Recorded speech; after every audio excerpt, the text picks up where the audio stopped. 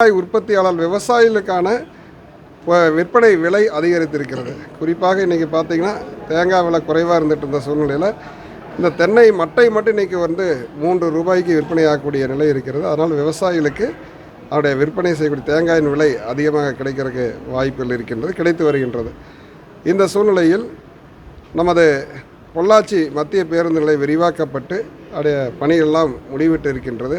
வர இருக்கக்கூடிய 22ஆம் தேதி அன்றைக்கு மாண்புமிகு தமிழ்நாட்டுடைய துணை முதலமைச்சர் அவர்கள் பொள்ளாச்சி நகருக்கு வருகை புரிந்து அந்த பேருந்து நிலையத்தை திறந்து வைக்கவும், அதே போல் பொள்ளாச்சியினுடைய தொழிலதிபர் ஐயா அருட்செல்வர் ஐயா அவருடைய நினைவாக மாண்புமிகு முதலமைச்சர் அவர்கள் அந்த திட்ட சாலைக்கு டாக்டர் மகாலிங்கம் சாலை என பெயர் சூட்டி அரசாணை வெளியிட்டிருக்கின்றார்கள்.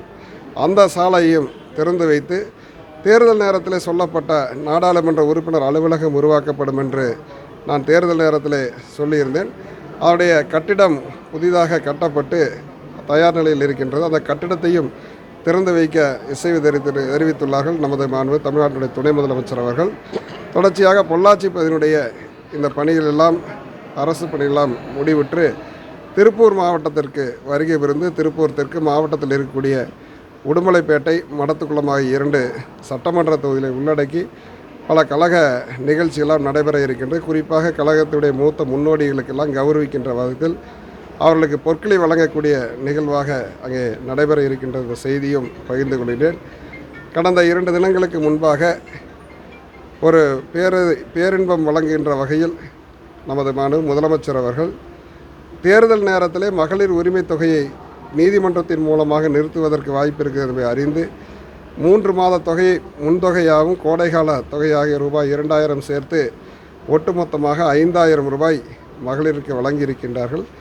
ஒட்டுமொத்த மகளிரும் முதலமைச்சர்களுக்கு பின்னால் நிற்கின்றார்கள். ஆக நமது கொங்கு மண்டலம் இருக்கக்கூடிய கோயம்புத்தூர் மாவட்டம், திருப்பூர் மாவட்டம் உள்ளிட்ட 2 மாவட்டங்களில் இருக்கக்கூடிய 18 சட்டமன்ற தொகுதிகள், நமது கோவை மாவட்டத்தில் 10 தொகுதியிலும் திருப்பூர் மாவட்டத்திற்கு 8 தொகுதியிலும் 100% திராவிட முன்னேற்ற கழகம் அதனுடைய கூட்டணி கட்சி வெற்றி பெறும் என்பதை தருணத்திலே நான் தெரிவித்துக் கொள்கின்றேன்.